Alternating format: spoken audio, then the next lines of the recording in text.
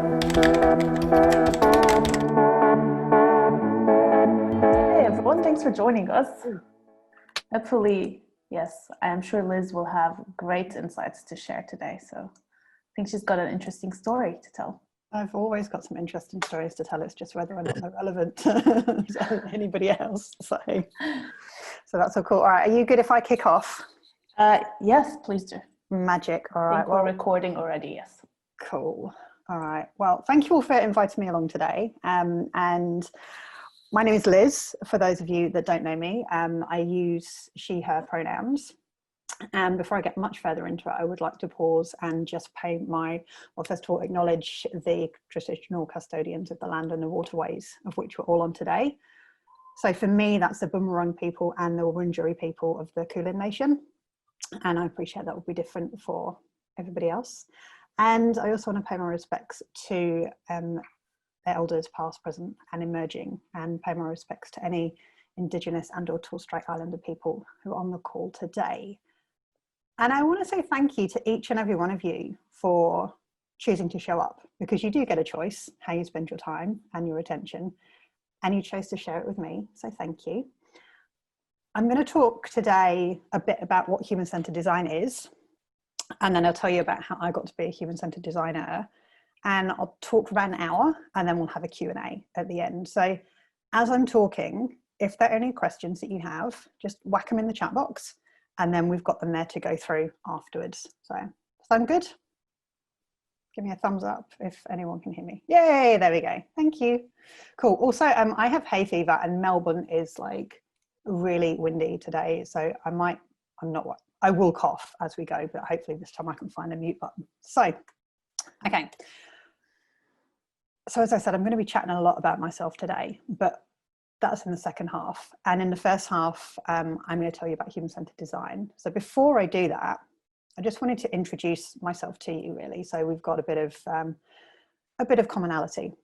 So as I said, I'm a human-centered designer, amongst other things. I have worked in Australia and in the UK. I've worked on the agency side and client side. I'm massively curious about people, about what we do, how we do it, and why we do it. I have a huge passion for health and wellbeing. So I was a personal trainer and I taught group fitness for 8 years alongside a corporate role. And then a bit about me as a human being. I'm British, Australian and Irish, and not always in that order. I'm an ex-backpacker. So I traveled across Australia from Perth to Melbourne, and I went the long way over the top. And I really enjoy training for and competing in triathlon. And I'm nowhere near the top. I'm just that person at the end who's like, I'm just excited to still be here and not to have been eaten by a shark. I also really like Star Wars, and I like food. So now you know me a little bit. So what's human-centered design? Well, simply put, human-centered design, it helps you to keep the person that you're designing for as the main focus point of your thinking. And as an approach, human-centered design requires you to talk to and or observe the people that you're designing for and to understand their deeper needs. And human-centered design encourages you to look at people in their wider context. So rather than starting with a narrow view, you look at the whole world that they're in. So, oh, here we go. First hay fever cough, stand by. Great. Okay, so to give you an example of that context versus a narrow view, when Apple were developing the first iPhone, I'm pretty sure they didn't start by talking to people about phones. They looked at the context that people were in. They looked at their context of everyday lives. And they noticed that people were carrying a mobile phone, and then maybe an iPod, and then maybe a paper diary, and then maybe a camera if they were going somewhere that they didn't normally go to. And then from that, they smushed it all together and went, oh, we're going to have this amazing iPhone thing. So looking more broadly can give you so much more information about a person, about their life and about their needs. And once you've done that, once you've looked really wide at the person's context and you've really understood what's going on with them, then you actively design or create a solution with them. And then you test that solution, you iterate it, you pivot if you need to, and you test again. I'm going to talk about that in a bit more detail, but I want to kind of go backwards and give you some history as to how we got to how we got to care so much about the customer. Well, you can see from this very exciting graph that I have here that we started with manufacturing, and then we evolved, went through distribution, and we went through the age of information, and then we got to where we are now. And there's a really good argument, excuse me, there's a really good argument for the age of the customer actually starting just before 2010, because a few things happened in the early 2000s. So Web 2.0 was seen more commonly in the world. And does anybody know when I call it Web 2.0? Does anybody know what that means? It's basically, it's when you can write on the internet. Oh, hold on, the slide's gone. There we go. It's basically when you can write on the internet. It's like participatory social web. So before Web 2.0, there were no comments on the internet. So the world was a very different place. Something else that happened before 2010 was Facebook got their first 1 million users. And something else happened just before 2010. And I mentioned the iPhone before. So you had the first iPhone that appeared. So all of those three things changed how we interact with technology. They changed how we interact with other people, and they changed how we interact with companies and organizations.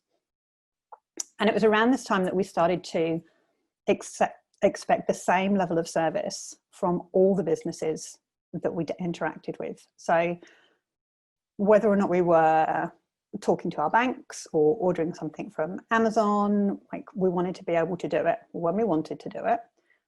We wanted it to be quick, and we wanted it to be simple, we wanted it to be easy. So all of those added together put us in this space of what they're calling the age of the customer.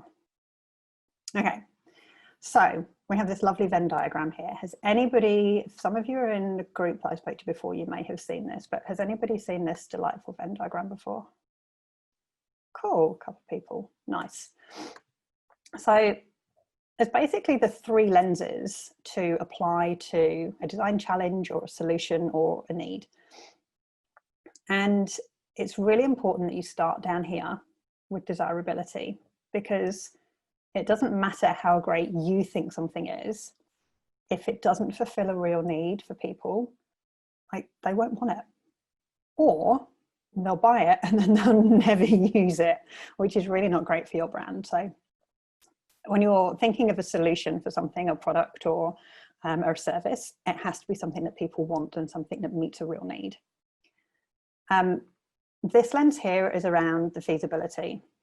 So what are the constraints? And these constraints might be technical, they might be legal, legislative, or environmental. So there might be some legislation or some laws that are relevant to the area that you're designing in, and there might be a tech constraint. So for example, if you're building something that people can only access by logging on through their Gmail, that's probably not going to work for people who are in China, because email's banned, so the incident rate is going to be a lot lower. The viability lens. Now this often comes down to the bottom line, which is money, basically. And it's, how's the business going to make money from your solution, or how are they going to save money? And a quick anecdote on short-term versus long-term. So Sony PlayStation 3, in itself, that unit did not make a lot of profit. If you took all the parts of the PlayStation 3 out, excuse me, put them on the table and costed them out, the sum of those components is not that much less than the cost of an actual PlayStation 3 unit. But PlayStation 3 had a Blu-ray player in it. And what Sony were interested in was getting that Blu-ray player into heaps and heaps of houses. Because at that time, there was Blu-ray versus HD DVD. And the reason that Sony cared about that was because back in, let's say, the 80s and the 90s, there was, if I say the word VHS, does anybody know what a VHS is? Okay, cool. Does anybody know what a Betamax is? Yeah. So there's a good reason for that, because there was a war, not a war, sorry, that's not a good word. That's not an appropriate word to use to describe the challenge. There was a competition between Betamax and VHS.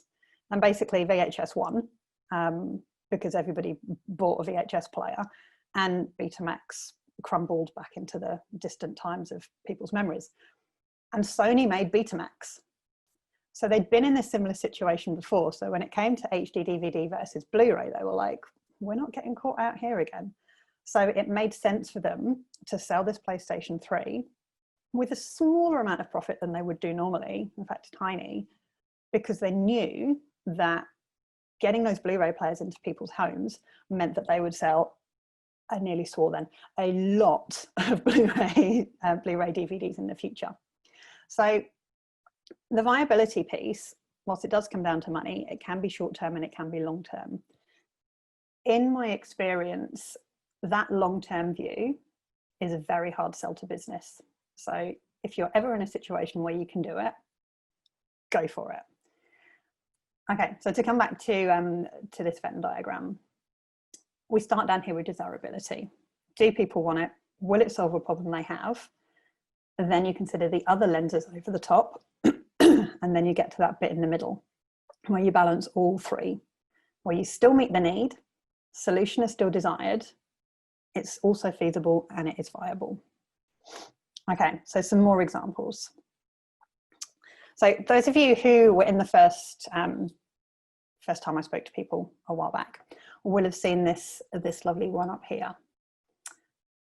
This is the Apple Pippin, and it's an online gaming console that was released by Apple back in 1996. And Apple kind of forgot about the technical feasibility because it required people to be online to play most effectively. And back in 96, the internet wasn't that great and not enough people had the internet, and not enough people had good enough internet. So that did not do too well. Okay, this one up here is the Amazon Fire Phone. And has anybody ever owned or heard of the Amazon Fire Phone? No, I'm just doing a quick scroll. No, good reason for that too. This was the nearest that I could get to something that forgot about viability. So the Amazon Fire Phone, like the phone was pretty good, but it didn't really have anything extra compared to the iPhone, but it was the same price. And Amazon are famous for undercutting the competition. So people didn't buy it. And the other thing that happened was that there was a restricted amount of places where you could buy the phone, and those places weren't where people normally went to buy mobile phones. So it's kind of the best example that I could get for something that forgot about viability. And then we have this one here. So this is Google Glass. And whilst Google Glass did all kinds of cool stuff, it was never really clear what need or what problem Google Glass was solving. So kind of didn't go anywhere. But one of the great things about human-centered design is that we don't fail, we learn. So all of these so-called failures, they produced a whole bunch of learnings, which then went on to be used in the development of other products. So whilst they appeared to fail, there was wealth in that learning. Okay, I'm going to cough again, bear with me, sorry.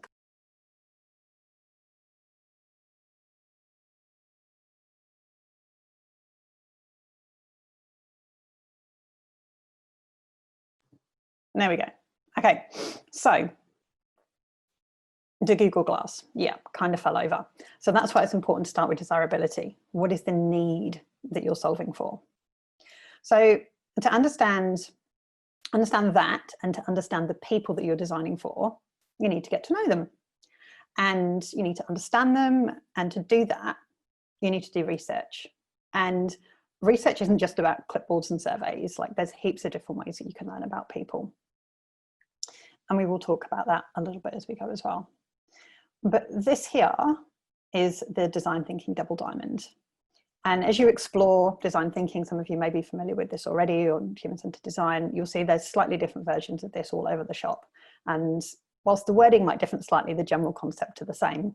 So you start down here with the people that you're designing for, and you go wide in your thinking, so you go divergent, and you start to understand them in their context, in their world, and then you understand their deeper needs. And then once you've understood all that, you will focus in, so using convergent thinking, until you get to a crystal clear need that is common amongst your audience.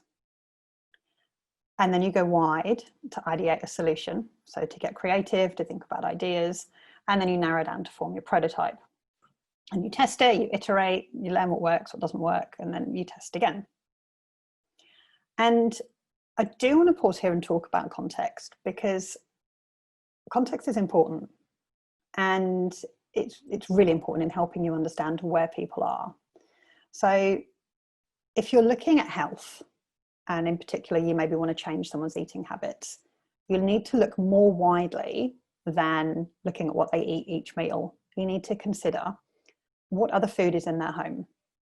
Do they do the grocery shopping, or does somebody else? Do they share their home with other people who have a different view of nutrition? How much time do they have to prepare food? What access do they have to buy food, and what's available to them? Are they in an area where there are no grocery stores that sell any vegetables? Are they in a food desert? And how much does that food cost? And once you look at that broader context, you will get way more information than starting off with like looking at a plate of what somebody eats. And this is exactly the same principle. So if you're designing an after school program for kids and a few so that they can't get there, rather than assuming it's because it's too far away, like it might be because they've got to work outside the home. It might be that they can't navigate the public transport system to get there. It might be that they can't afford the public transport system to get there. It might be that it's not easy or safe for them to get home afterwards. It might be that the activity is not something that they like, or maybe it's not culturally acceptable for them to be doing. There might be requirements for them to have equipment or uniforms or stuff that might not be available to them. And I guess my favorite example of the importance of context, it's a little bit silly, but it illustrates the point. So you're talking to someone and they tell you they're hot. So you bring them a glass of water, and you do this 3 times and they're like, dude, I'm still hot. So you zoom out and you say, you're in a really thick tracksuit. And then you zoom out a bit further and you're like, and you're in a sauna. And you zoom out again and the sauna is set to like 55 degrees Celsius. And you realize that your solution of just bringing them a glass of water is not really going to work to cool them down. Now that you've got a fuller understanding of that context, you can solve the problem a lot more effectively. Okay. And we do need to talk about bias in design, because we are all humans. So that means we all have bias. And some of our biases are conscious and some are unconscious. So a conscious bias is something that you are aware of as a belief. And it might be something like, all X are Y. So all Australians can surf and all men can fix cars. And I think we all know that neither of those are true. I'm Australian, I can't surf at all. I also know many men that can't fix cars. So an unconscious belief is, as the name suggests, something that you aren't aware of. And it's something that sits much deeper. And we all have unconscious bias about all sorts of things. There's a test called the implicit association test. It's also, I think, known as the Harvard bias test. Like, that can be a really great first step to understanding where some of your unconscious bias is, if you are interested in exploring that and understanding that a bit more. But bias is important because it can get in the way of us truly understanding. And our biases can cause us to misinterpret data and situations, as well as ignoring stuff that doesn't fit in our belief. So when you buy something and then all of a sudden you notice all these other people have got the same thing, that's a confirmation bias. I remember when I got my first facial piercing and all of a sudden I noticed everybody else had one and I was like, I didn't notice you all before. Bias can also cause us to make assumptions about what the other person really meant. So right back at the beginning, when I said I like food, you would have made a decision then by what I meant by that statement, I like food. And that decision would have been based on all the information you had observed about me so far. And you would have decided whether or not I meant I like eating food, I like cooking or preparing food, I'm passionate about nutrition or fueling my body, or something else. But that's an assumption that you made based on those bias. And being aware that we have conscious and unconscious bias before we start observing and talking to people, it's really important, because bias can play out, and it can play out to the extent where you get self-driving cars which are really good at recognizing white people, but they're not very good at recognizing black people. When you're putting these cars on the road, like, that's a massive safety concern. And facial recognition systems, like, they are also really well known for not being as good at recognizing black faces and faces of people of color as they are at recognizing white faces. And these flaws happened because there were not enough black faces and faces of people of color fed into the machine learning system whilst it was being built and designed. And that comes back to bias in people hiring, in hiring for the build team and the developers team, because nobody was able to go, oh, it's not enough people that look like me in there, so it's not going to work in the end. So that's why it is important to talk about bias. And when you're working on a project, it can be really helpful to try and manage your bias before you start. And some ways to do that include just doing a brain dump of everything before you start. So no judgment, just write them all down. Anything that's relevant to the project that you're working on, or the people that you'll be working with, or the people that you'll be observing and researching and talking to, or the people that you're designing for. Just write down all the bias, and then once it's there, you're aware of it, and you can kind of check in with it as you go and think, am I falling into that bias or am I not? Another way to, I guess, mitigate some of that bias is to get other people who are different to you, and therefore who have different bias, get them to be in the project with you, get them to design with you, get them to be involved in testing, get them to be involved in the research with you, so you get a much fuller picture. Okay, so that's a little bit about the human-centered design. And I want to, sorry, there's a flying thing in front of me. I want to tell you a little bit about how I found human-centered design. So before I was in HCD, human-centered design, I was in research and insights, and honestly, I kind of fell into research. Like a few years after graduating at uni, I was working in a bank, and I was being really curious about people and data mining their bank accounts to understand their spending habits. And a research exec role came up at an agency, and it sounded really interesting. And I studied a bit of market research at uni. And honestly, I was tired of looking at how other people spent their money all day. So I went for the role. And from there, I went to work for some other agencies, and eventually I worked client side. So over my years in research, I've worked on projects for Daimler Chrysler, for LDV Trucks, for Sydney Water, for Marks and Spencer's in the UK, heaps of different people. I've worked for state trustees in Melbourne, and more recently I've been working with working for Bupa. And I got my break into HED because there was a project that was on wellbeing whilst I was at Bupa, and I was brought in as the INSO specialist because it was right up my alley. And then once a permanent role came up, I was like, yes, I'm in and I want this. But before I got anywhere near human-centered design and research, I was a lot of other things. I've always had a lot of labels, and I've often had multiple jobs at the same time. So in no particular order, some of the other jobs that I've had, either before I got into research and then design, or maybe during the same time, include a group fitness instructor and personal trainer. So I taught Les Mills Body Combat, Body Balance and CX Works for 8 years. I was a cleaner at a Backpackers and a receptionist at another Backpackers. I worked in an old-fashioned men's outfitters and school uniform shop. I spent a lot of time working in nightclubs and various roles. So I was a glass collector, and then bar staff, and then bar supervisor, and then front of house, and then promotions. And I was duty manager for a club that held 2,000 people.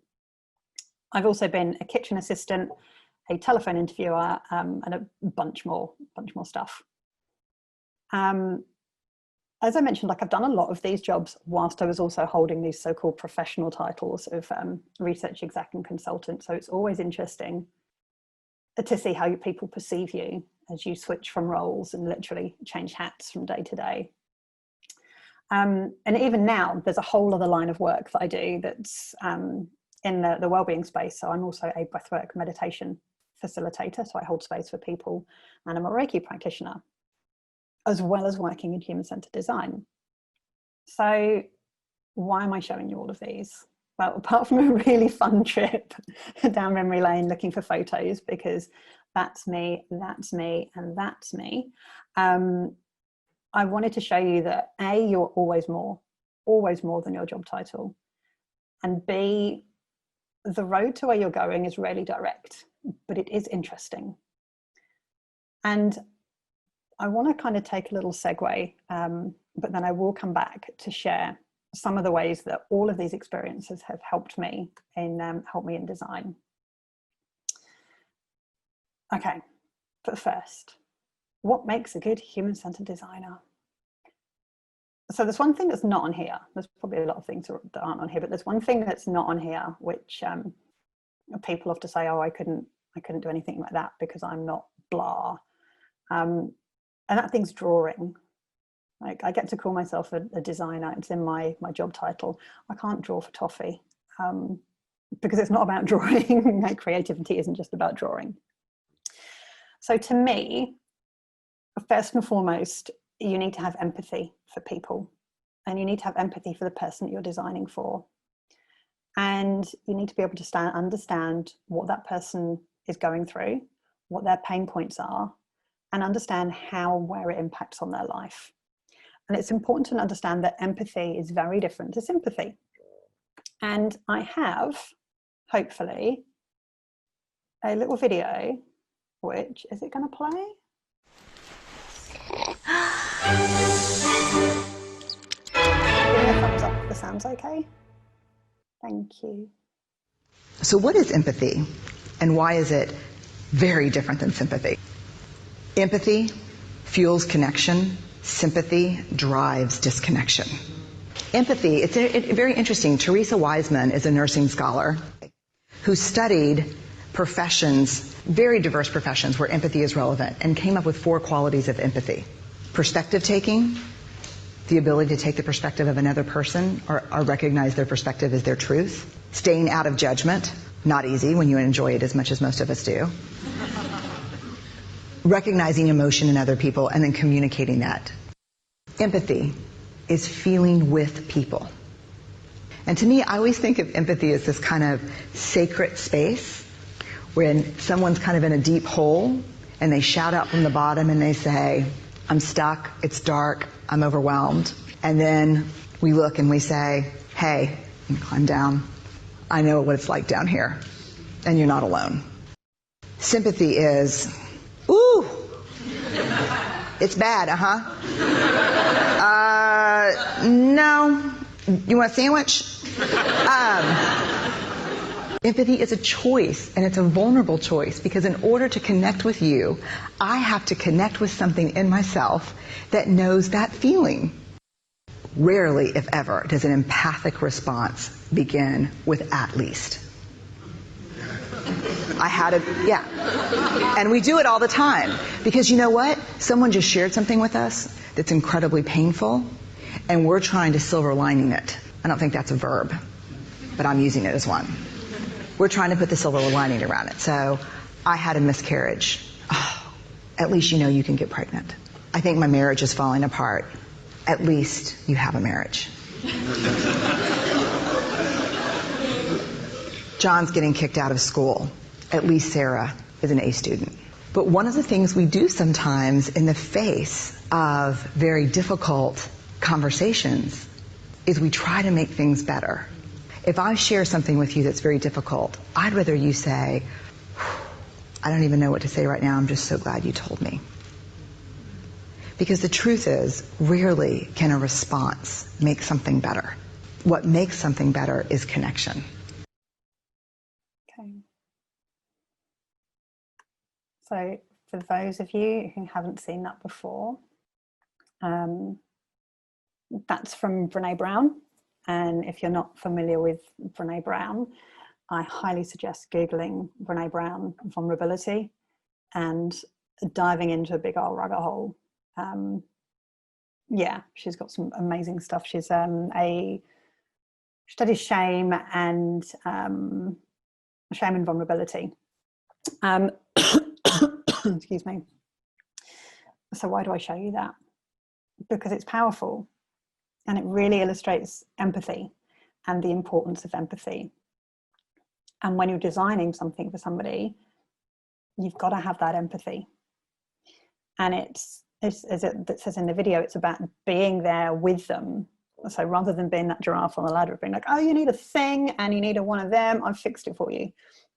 It's being down in it with them, looking at it from their perspective and showing them that you understand and that you're there. So empathy, empathy, empathy. The other thing that I think is really important in design is curiosity. So being curious about people, being curious about the world in general. Like, why are things the way that they are? How might they work differently? And just because something has always been that way, like, it doesn't mean it should always stay that way. And being curious about why people do the things that they do, and why do they do them in the way that they do them. Like, there's so many things that you will see day to day. And I think last time I was talking, one of the design examples that I was talking about was, you know, when you get like cartons of milk and it's got the pourry spout thing, and they're actually designed so that the pourry spout bit's at the top, but I use it when the pourry spout bit's at the bottom. And no one's ever told me how to use it. That's just how I've used it instinctively. So being curious about how other people use things and how other people go about their lives, it opens up so many things to you. Speaking of which, being open-minded and open thinking. And this isn't just about being open to different ways of doing things. This is about realizing that there are completely different ways of thinking about the world and completely different ways of seeing the world. So for example, when people talk about family, like, who do they mean? Do they mean a family of origin, which might be a mother and a father and some siblings? Or maybe it's including a step parent, or maybe their parents are the same gender, or maybe their primary caregiver is a grandparent or an older sibling. Or maybe when somebody talks about their family, they're talking about their chosen family. So understanding and being open to the concept that the view that you have of the world is unique to you and you only, that's so important. There's a really good book that I've read at the moment, I'm reading at the moment, called Sand Talk by Tyson Yunkaporta. I think that's how you pronounce his name. And it's about Indigenous thinking, and I think the byline is how Indigenous thinking can save the world. And every time I read, I have to read that book in little bits, because I keep getting to places where I'm like, oh, hold on a minute, I didn't even realize that there was an entirely different way of thinking about something. And so that book has really opened my eyes. And if you've got, if that sounds of interest to you, like, I highly recommend reading it. Just wondering if I've got enough time to tell you more about that book. No, probably don't. Okay, I'll tell you a little bit. So one of the things that I found really interesting in the Sand Talk book, it was easy for me to understand, was about song lines. And if anybody is on the call and they know way more about song lines than I do, please start waving at me furiously, because I don't want to be disrespectful and talk over someone who's actually got lived experience. So, okay. So song lines, as I understand it, and bear in mind, I was born in the UK, and I'm white, so I'm not an expert in this. It's a way of navigating from destination to destination using song and using landmarks. So as you sing the song, it tells you like the next place that you have to go. And along that journey, it's packed with information and knowledge that is passed on to other people. And on one level, I was like, okay, yeah, I get that, because I sometimes drive with a kind of, I'll remember the way as I drive, because I see landmarks and it reminds me. But realizing that knowledge doesn't have to be written down to be passed on to people, realizing that somebody going on that journey and having an elder sing that songline to them can help them learn. I was like, oh, okay, like whole different concept that I never appreciated could exist before. So that open-mindedness about thinking and about different ways of doing stuff is really important. And that closely relates to being open to learning. Like, there's always something new to learn. There's either a new way to do something, be it a new facet of design, a new way to do a piece of research, or a nugget that you can learn about setting up a workshop, or just something about a different way to be more inclusive. Like, there's always stuff to learn. And as I touched on earlier, we all have a view of life that's unique to each of us. So stepping outside of your usual world, like, it helps broaden your view. Like, if you only ever work in a corporate office, like, you won't understand what it's like to work on a checkout in a supermarket. And you probably won't appreciate how annoying it is to do stock fill on really tall shelves that are full of like multi-packs of crisps, of chips. Because when you get down the ladder at the bottom and you take the ladder off the shelf, everything moves and the first bag at the front always falls off. And unless you've done that job, or you've spent a lot of time in supermarkets watching people do that, you wouldn't understand, you wouldn't appreciate that. And it's the same thing if you only ever stay in the neighborhood that you grew up in. Like, you might not realize that the next suburb over, they have a different recycling system, or the train station like doesn't have actual barriers for you to get through. So just like being open to life and to people, and being willing to change your mind. So sometimes we can come up with amazing ideas, but we test them out and people don't really like them so much. So being able to change your mind, being able to let go, means you can move on from your original idea. And I mean, I've been there, I've pitched an idea and I'm like, my idea is amazing, it's going to work, everyone's going to think it's great. And then someone else has pitched an idea and we've gone with the other person's pitch. And I've had to like take my idea and put it in a drawer and like, it's okay, we can use you again. But it is really tough. So being willing to change your mind is very useful. Okay, so that's the video we just saw. Whoops, there we go. So given all of those things, I believe, go into making a good human-centered designer, I'm going to loop back to some of these jobs I talked about earlier, the ones I did before I got into human-centered design. And these jobs taught me a lot. They taught me a lot about life. They taught me a heck of a lot about people. And they taught me a lot about myself. So, in no particular order. So this is me. Worked in fitness for 8 years. And it taught me a lot of things.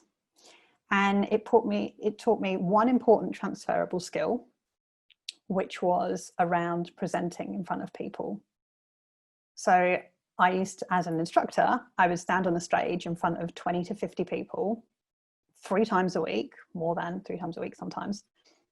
And I would teach them a class with a head mic on, like no dramas. But yet you asked me to do public speaking outside of the gym when I'm not in my PE kit, and I'm not so comfortable doing that. But knowing that I have done it before and I haven't died, it's a valuable lesson because it helps me kind of go like, clearly this is just the anxiety monkey coming out to play, like we're going to be okay. So as a designer, like I have to be able to present my ideas to people. I have to be able to present learnings, to demonstrate prototypes to people. And sometimes that involves talking to large audiences.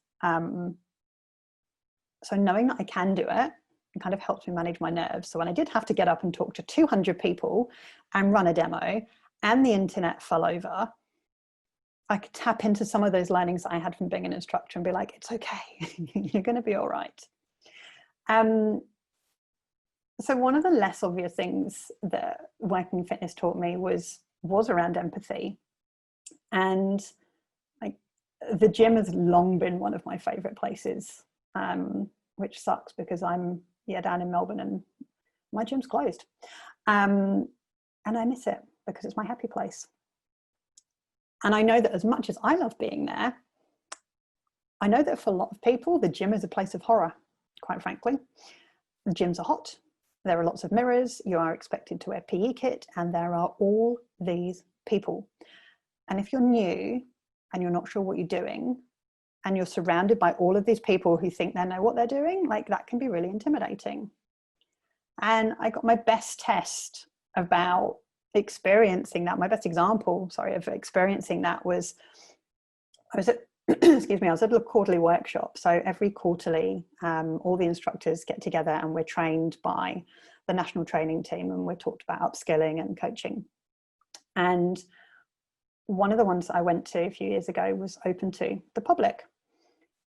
So I'm there in the front row being a keener, and we got to just under halfway in the body combat class. And I don't know if anybody's ever done a body combat class. You're missing out because they're ace. You get to like beat up the air, which may or may not be your thing, but it was very much my thing. But anyway, the halfway through the class, like I'd been going probably a lot harder than I should have been because I was really excited. And the halfway track is interval training.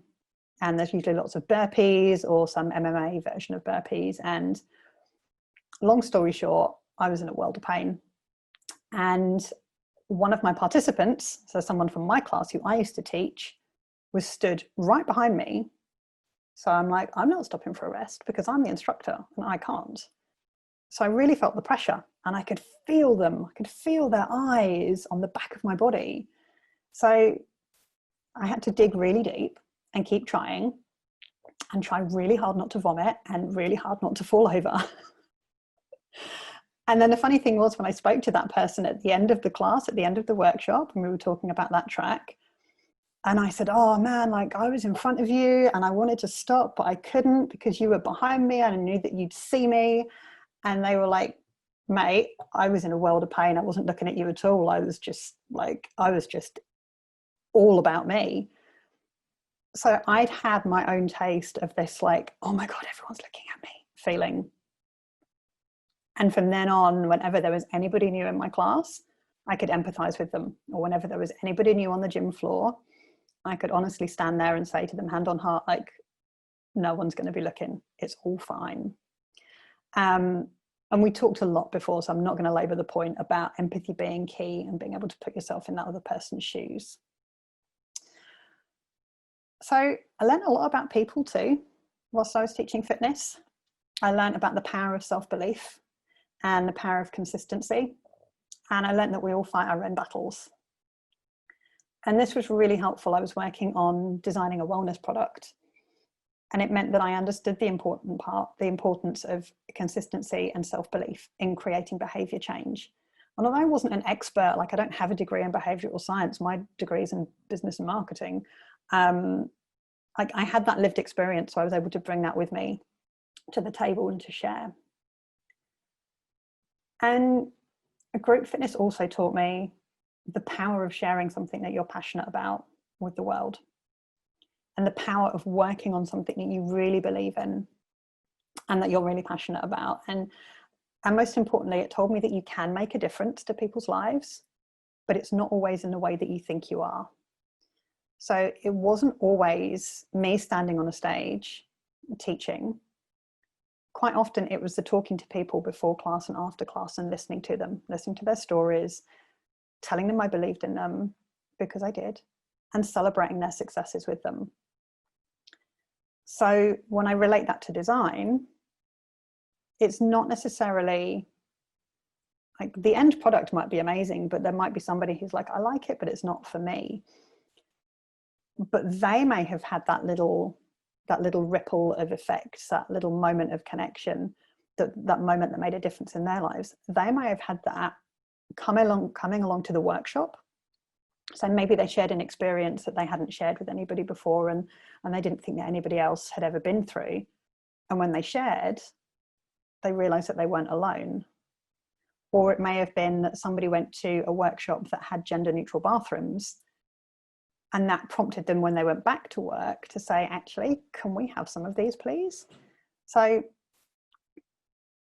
knowing that not everything that we work on will come to fruition, and that sometimes things get put on hold and cancelled, like knowing that the process that we went through and the people that we involved, knowing that that might have helped them in some small way, like that, I take a lot from that.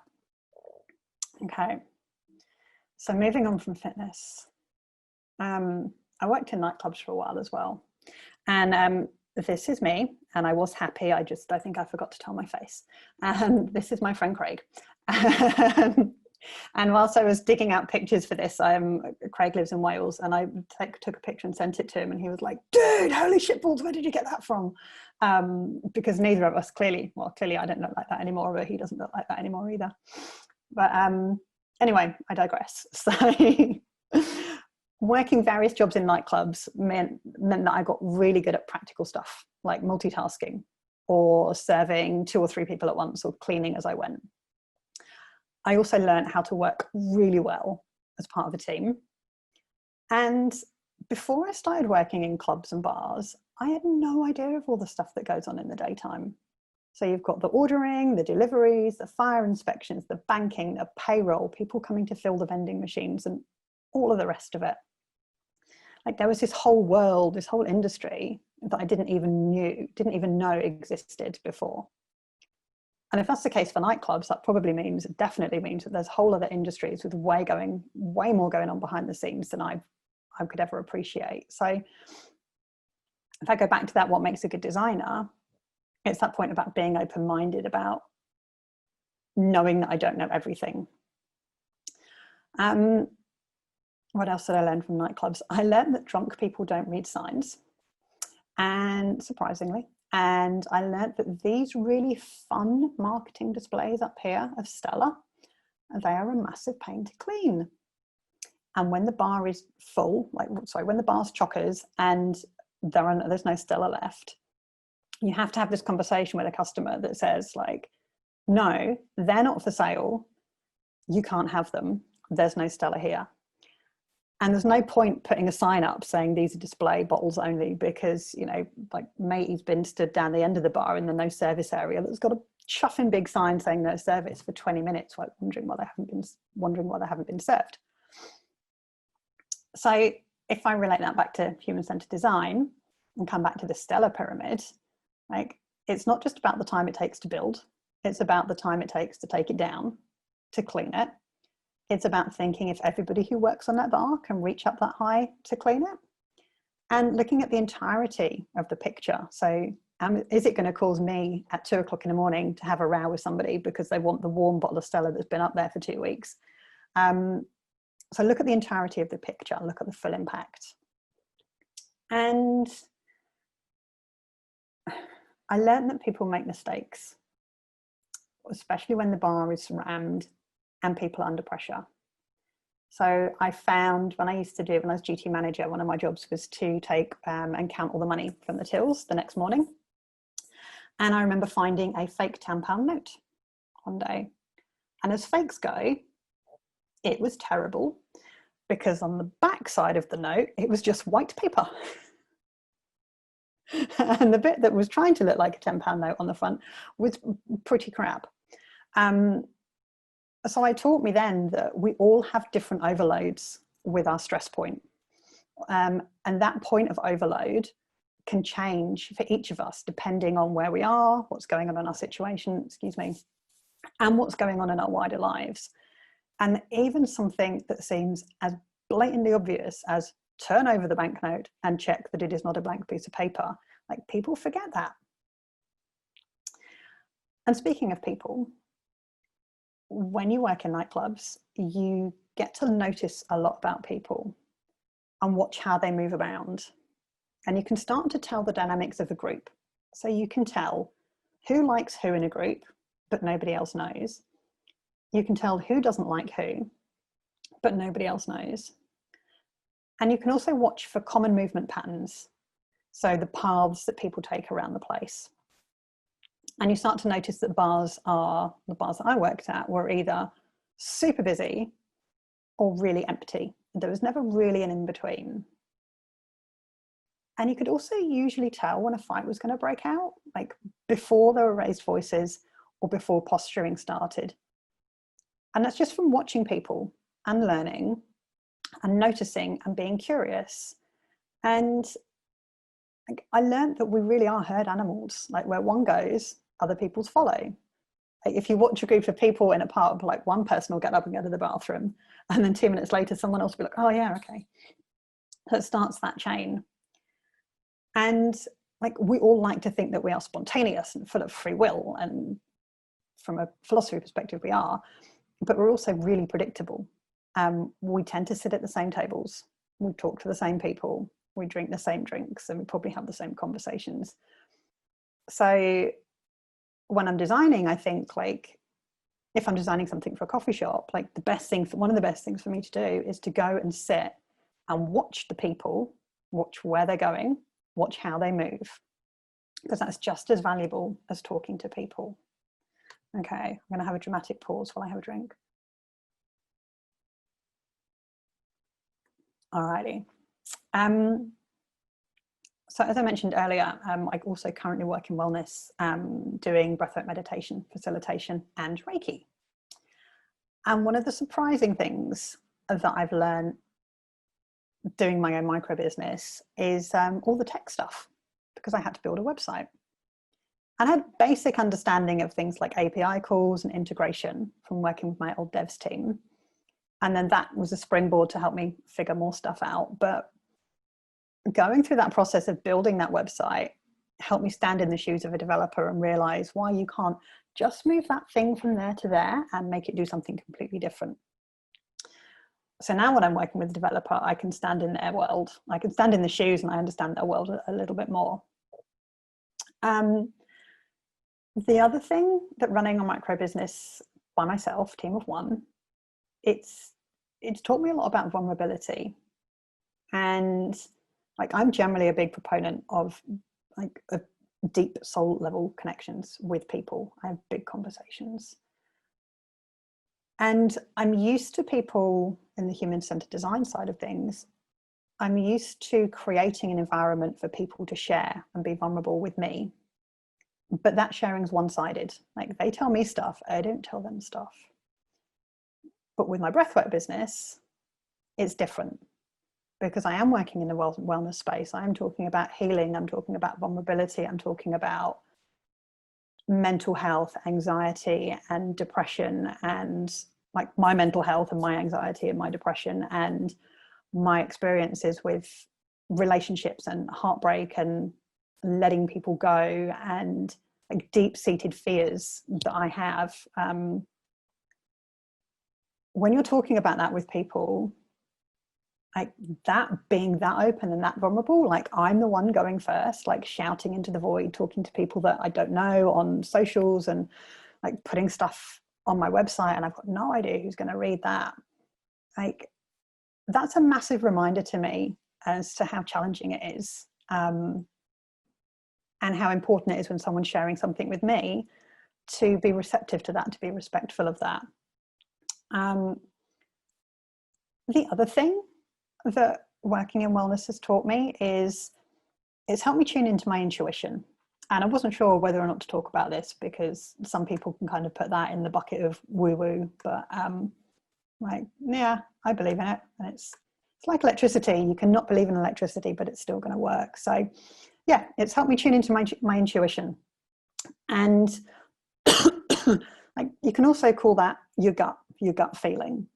Like, when you're looking at a load of qualitative research and trying to make sense of it, sometimes you get to a point where you think like, oh, there's something in here about such and such. I know it's in there, but I can't see it yet. And you have to go away and have a think about it and come back. But that little bit of like, that little nudge in your gut, that little pull in your intuition that makes you go, it is there, I'm gonna sit with it for a bit. Like, that's important, regardless of whether or not like you're designing something or just going through day-to-day life. Like, your intuition's really important. And if you can talk to you about intuition outside of this, otherwise we'll go way off scope. So okay, crashing back onto course.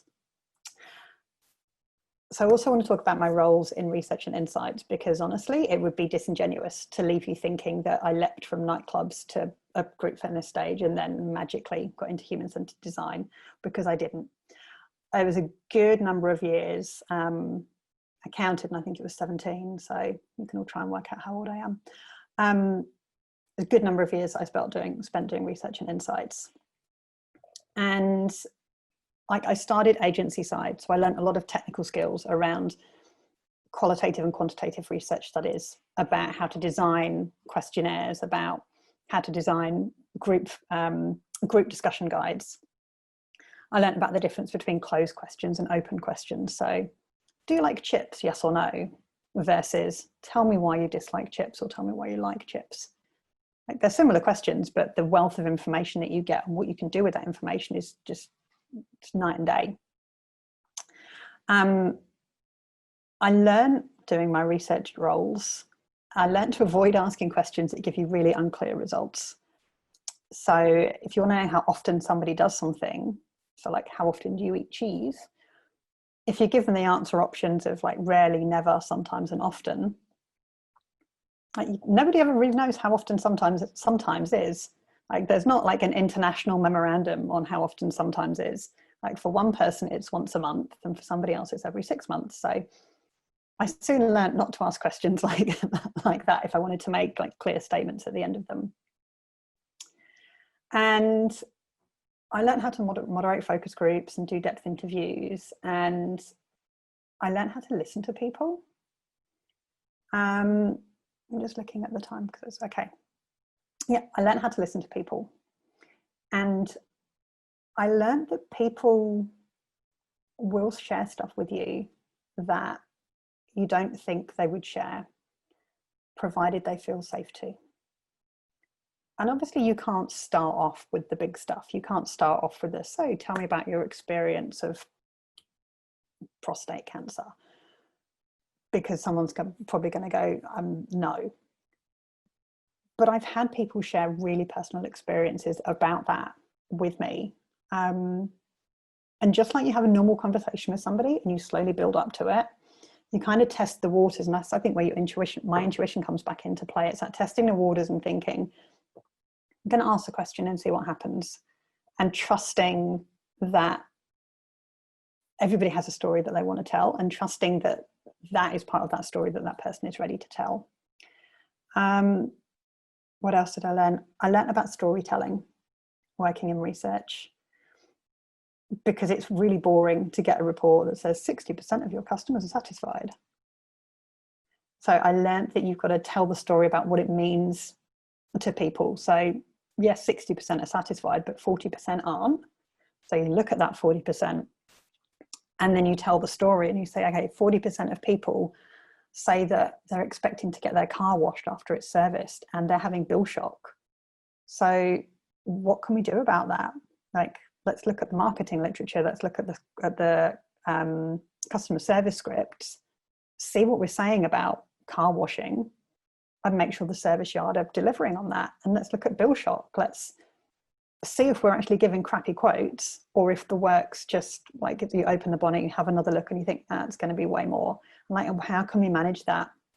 So I learned that you've got to step people around things that sometimes seem really obvious to me. Okay, so given my background in research and insights and my 8 years working in the group fitness industry, and then my passion for the wellness, this temporary role came up and they needed to build a cross-functional team at Bupa. So it was a perfect opportunity. So I volunteered and I got to learn on the job for 3 months. And then a permanent opportunity came up and I was like, that's it. This is my favorite thing, because one of the things that always bothered me about research is I would put the same reports together all of the time, and they never seemed to change. And people would be like, well, like, there's still 20% of people who are dissatisfied, and we're changing all these things. What's going on? And you'd sit there and be like, I don't know, because I've told you all I can from this data. But my favorite thing about human-centered design is that it does start at the beginning and it talks to people and it understands that bigger concept. And it's like, oh, you don't actually need, come back to that sauna example, it's like, you don't actually need a glass of water, you need someone to take you out the sauna. And that makes such a difference in like being actually able to do something in the world. And speaking of doing something in the world, that's the why. Like, I've talked a lot about the how I got into human-centered design, but the why is because I want to make a difference, and I believe that human-centered design can make a real difference to people's lives, like an actual difference. And it doesn't have to, to me, it doesn't have to be a big thing. Like, I'm really happy to take processes that are really painful to go through. So I did my tax return however long ago, but I still remember it because it was painful, and I had to do a Medicare claim, and that was not easy. And to me, making a difference is about taking those experiences that are painful and making them one that people forget about, and they're like, oh, don't even remember doing it. And so I'm just looking at my notes, and like, oh, I talked about that earlier, which is good. So the other reason that I got into human-centered design was because I like the world of possibility and the world of what if. And like, if somebody comes up with an idea of something, okay, so working in the what if, you suspend all the constraints, and you might come up with an idea that says, okay, so someone's in a bad situation, and the solution is that a spaceship comes in and it like beams them out. Clearly that's not viable or technically feasible, given as much as I know about the technology we have on this planet. But that idea might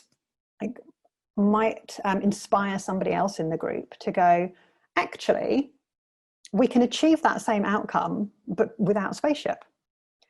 And you wouldn't have got to that idea had you not thought about the spaceship coming in and beaming somebody out. So having worked in a business where we can't do that because of legislation, we can't do that because such and such area of the business doesn't agree with that, we can't do that because of government, being able to push all that to one side, focus on the desire, focus on the what might we do, like, that was amazing. And we got some really great solutions. And I do want to talk to you about this graph here, and not graph, sorry, picture, this pictogram. So it's, to me, this illustration shows the difference. Like, you've got this image here when someone's gone, oh, there's a fence, we should put some boxes so that people who are shorter can see over the fence. And then they're like, oh, okay, hold on, that's not going to work. Maybe the people who are shorter need extra boxes. Okay, cool, yeah, that's solved. But in human-centered design, you actually start at the root cause and you look at the context and you go, how about we just take the fence away? Like, the simple solutions are often, like, far and away the best. Okay, and finally, one of the reasons that I am passionate about human-centered design is that I genuinely believe it can help to create a world that's more accessible, that's more inclusive, and that has more equity amongst people. And all of your lived experiences help you to have empathy. They help you to notice people, to notice their situations, and they help you understand more about human behavior. And they teach you about appreciating context, and they help you appreciate that we don't know it all. And all of these things are fundamental to truly understanding something from somebody else's perspective. And from there, I believe we can create a better world. So that's the end of my slides. I've done a lot of talking. Thank you all for listening. I'm assuming that you are all still awake and haven't lost connection. So, magic. Thank you. Okay, so I think we're going to have a Q&A now. So what I'm going to do is stop sharing my screen. There we go. And we've got some questions in the chat. And are you, I don't know what the word I was going to say, in charge of the questions, Diana? Well, there's no questions in the chat at the moment. So oh, okay. There's three things in the chat. Oh, there's 3 things in the chat from the beginning, which I didn't see before. Well, then if anyone has any questions, just please jump in. But thank you, Liz. That was really amazing to just listen to your whole kind of journey and your perspective. Thank you. There's the whole more stuff. I was like, oh, I could talk about this. I could talk about how I lived in a tent. And I'm like, oh, even like, no. Does anyone have any questions? And if you, I believe it or not, I'm an introvert. and I don't like asking questions. So if you want to stick your questions in the chat box or send them anonymously to Diana, and then she can read them out and we don't even have to know who you are. Yep. I'm cool with Definitely.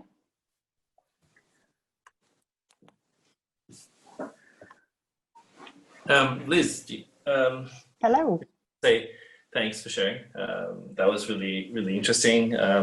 Love always meeting a new designer, and I think I have a bit of a theory about creative people and the journeys they take, and it's that they're always unexpected, much like your own journey. Very, very unique and filled with, I would like to say, adventure. So yeah, I think it was really, really great for you to share that. And again, it's very eye-opening. I've worked in human-centered design also for a little while, and I'm always surprised. I think I have a question, perhaps a slightly self-serving question, because I'm a storyteller myself. I'm interested in how you've used storytelling in your work. Do you use storytelling frequently? And if you do, what is the form of it? Does it come in the form of a visual? Does it come in the form of how you play back your insights verbally? How do you use storytelling personally? It really depends on what my story is and who I need to tell it to. So I've used storytelling, and I think I mentioned the demo that I did. So that was like 200 people at an internal marketing conference. So there's like all of the Australian marketing division, all of the New Zealand marketing division, and then little old me at the front on a stage. And I had to do a product demo. So what I did was I walked through it as I was the customer. So rather than having a persona on the wall and being like, this is the persona, I told the customer story. So I stood there and was like, can't remember what the name we gave, which didn't have a name, but anyway, introduced myself as the customer, and then it was like, this is my background. And I included everything that we knew that we would have put in that persona. And I talked about what my day-to-day life was like. And then as I went through the demo, I was talking about the thoughts that prompted in my head.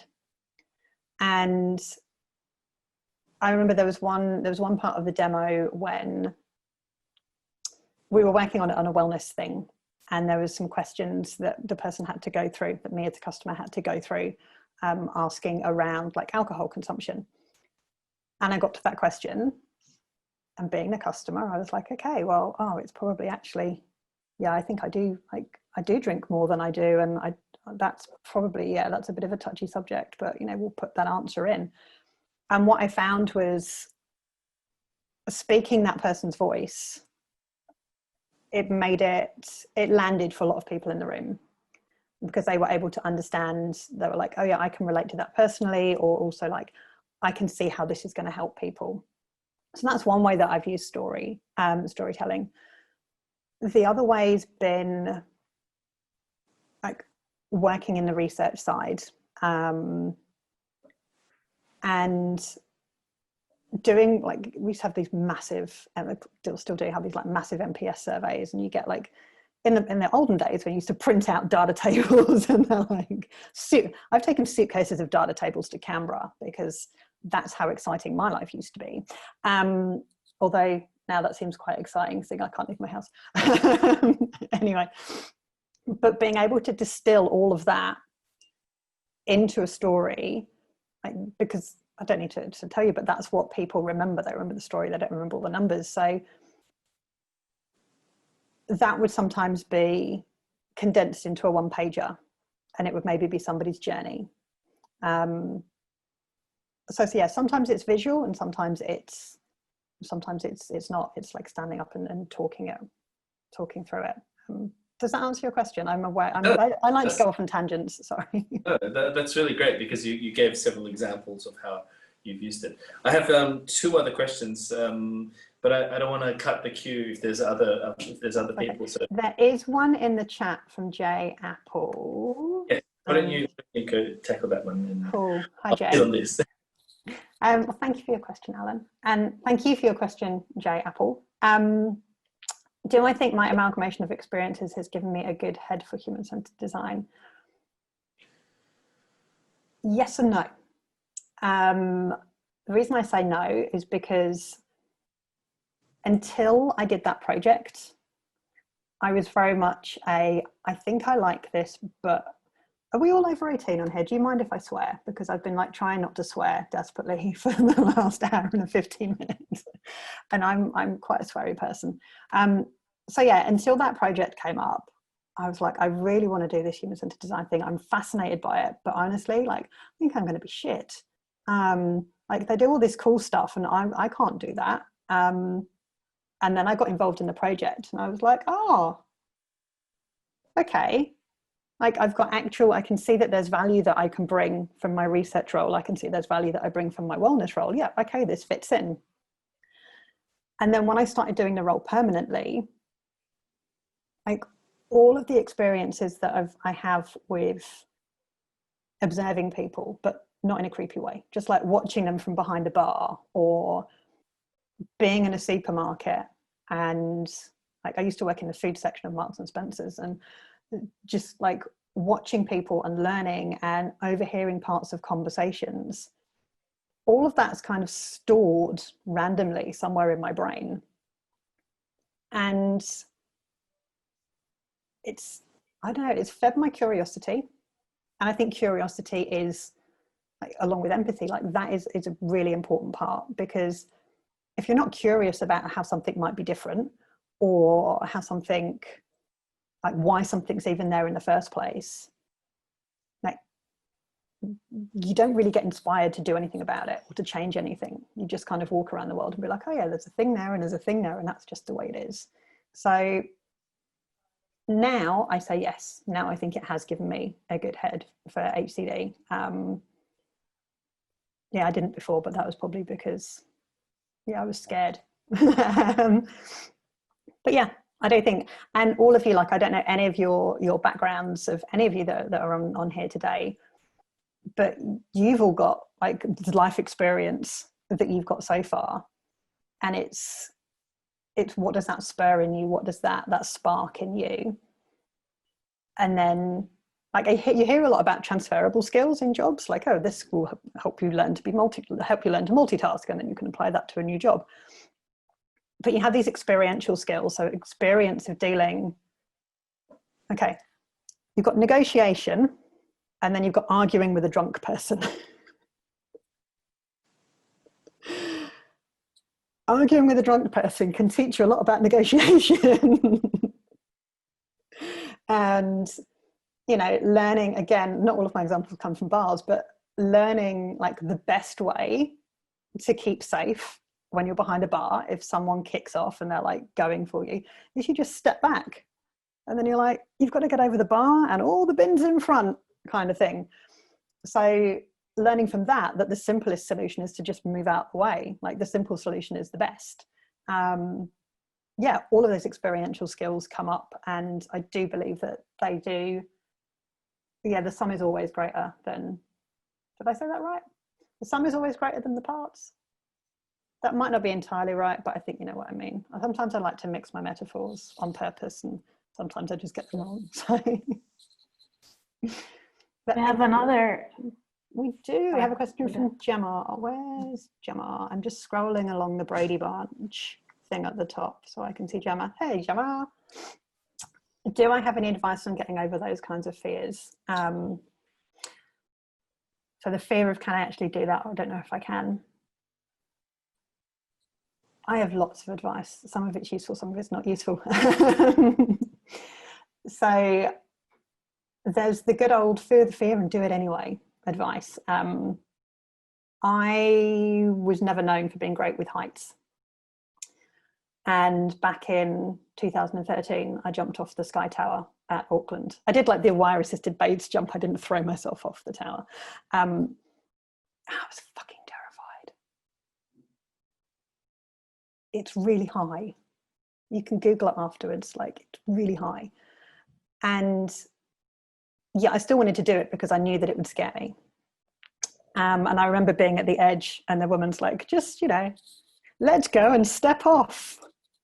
And I'm like, you fucking no. But in that moment, like, I did let go and I did step off, and it was amazing. And I screamed all the way down, and I think I scared half the people in Auckland City. So in that instance, the dramatic pause,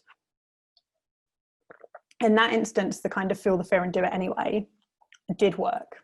The fear around really wanting to be involved in human-centered design, but not thinking I was good enough, like, that's a tough one, because there's so many things that factor into that. There's my own stuff around self-worth, my own stuff around my own self-belief, plus there's stuff like people who are socialized as women, we get very different messaging to people who are socialized as men, and you have the whole intersection of everything that comes with that, and it can be really hard. And the good old, you know, fake it till you make it can only take you some part of the way.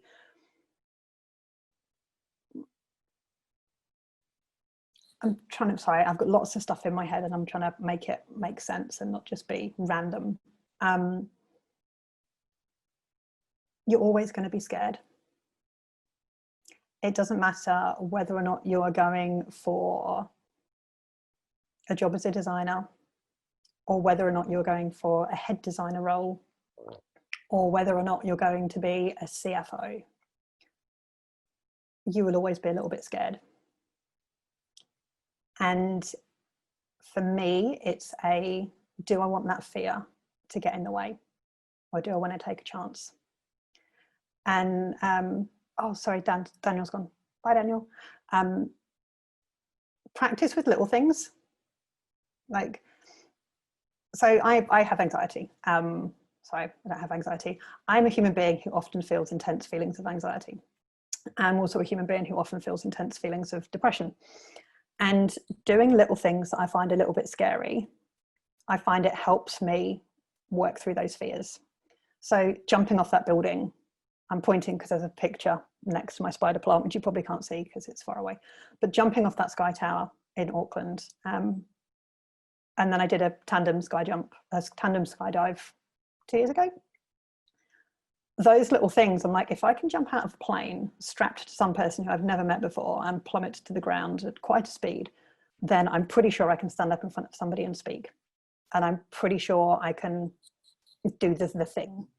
So have little practice with little scary things. And remember that you can. Like, I believe in you. You have knowledge that nobody else in this world has. All of you do.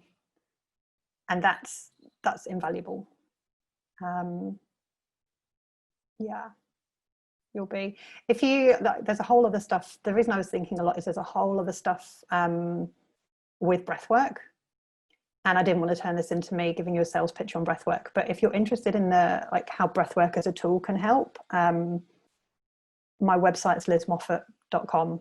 Have a look on there, have a look at some of the stuff that's on the social. If it resonates, if it appeals, drop me a line and I can talk to you about it then. But it's cool. But yeah, like, you're the only person in the world that is you. And that's a massive advantage that all of you have. Right. But thank you for your question. I appreciate the vulnerability. Okay, have we got any more questions? So Daniel's gone.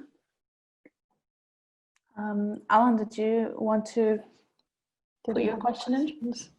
Turned his camera off, sorry. Yes, I did. That's okay. I was like, maybe Alan's gone to the coffee shop. No, it's sneakily sketching away as I'm known to want him to do. That's all good. Yes.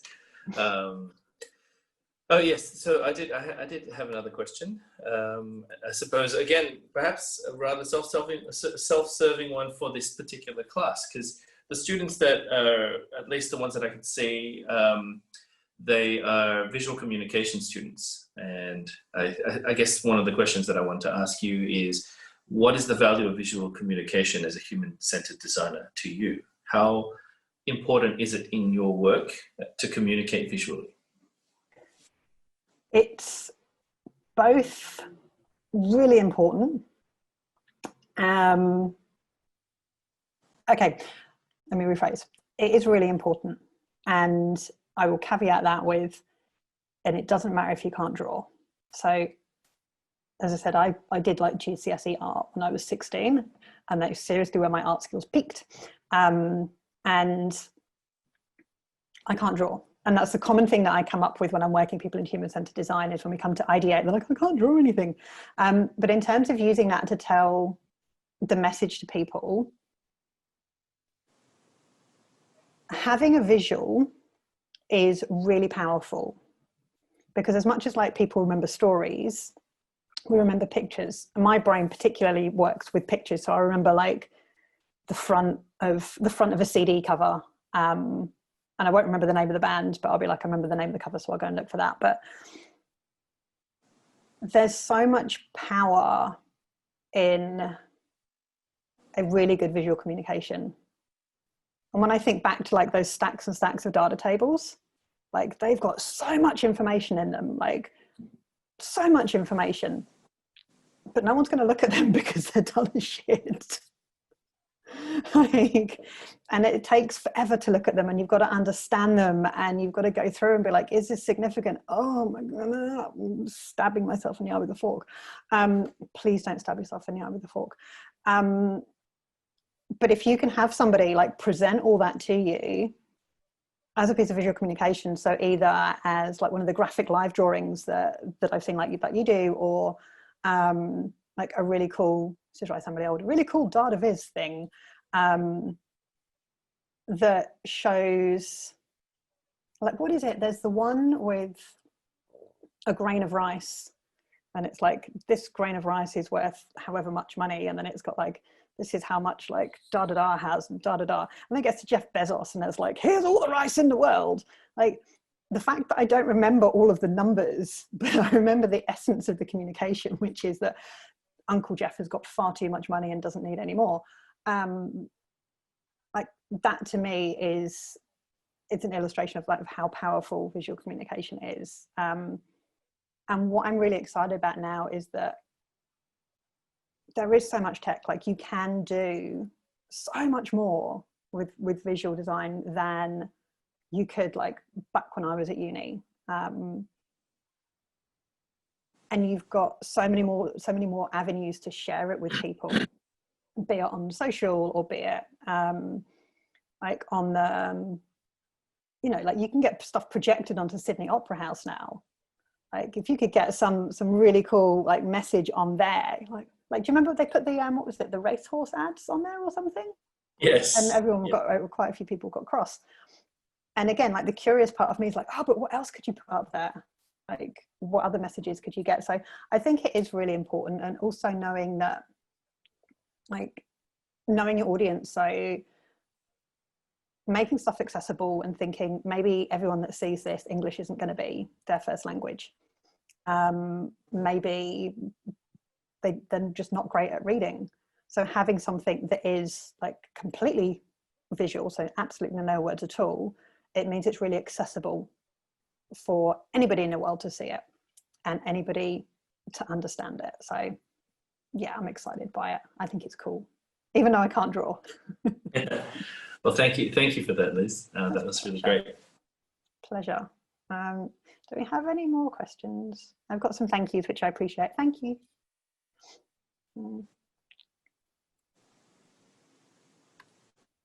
Don't make me do interpretive dance for the last 3 minutes. Nobody wants to see that. I think that's it from me. I don't know if anyone else has anything to ask. But, yeah. You're on mute. I was just saying, I think if everyone is happy, we can wrap if no one has any more questions. Cool. Seems like it. That's all good. Thank you again, Liz. And yeah, hopefully you can make their major project presentations next week. So hopefully, yeah. Alan, I think Alan said he's dropped me an email, so I shall check on my magic communications machine after this and see if the timings add up. But yeah, thank you for having me back. It's always fun to talk about something that you're excited about and passionate about with people, and to have people listen and ask thought-provoking and vulnerable questions at the end. So thank you. It also definitely shows your passion and, you know, love of this field. So can I actually ask you if you can put in into the chat the name of the book you mentioned? Oh yeah, Sans very Talk. helpful. I can do even better than that because well, hold on, she says Tyson, I think that's how you spell it. If you spare with me 2 minutes, I have the book conveniently behind me. Stand by.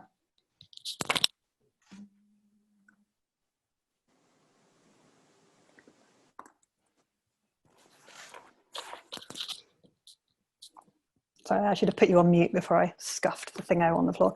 It's this one. So it looks like this. Okay, great. Thank you very much for that. You're very welcome. It's ace. I highly recommend it. Yeah, there's all the, I've drawn all over it. But it's really good. And it makes my brain hurt. So you too can have of book. Have a brain moment of going, what? And yeah, it's not because it's written in a way, like the language is not challenging to understand. It's just, for me, it's that getting over that, oh, I didn't realize there was an entirely other way to view this concept. And now I know there is. Now I'm just like, it's kind of like when you have an old set of gears on a bike and they've rusted up and you've got to like take all the crap off and then like put a little bit of oil on, and it's like getting that going. There's a lot of that for my brain. So yeah, happy brain cranking. My words just departed me then. Talk for an hour and a half and leave you with happy brain cranking. Yeah, that's great. Okay, well, thanks everyone for joining, and thanks again, Liz. No worries. All right, we'll see you all soon. Everyone have a good day. All right. Thanks, Liz. Thank you. See you. Yeah. Thank you. Bye.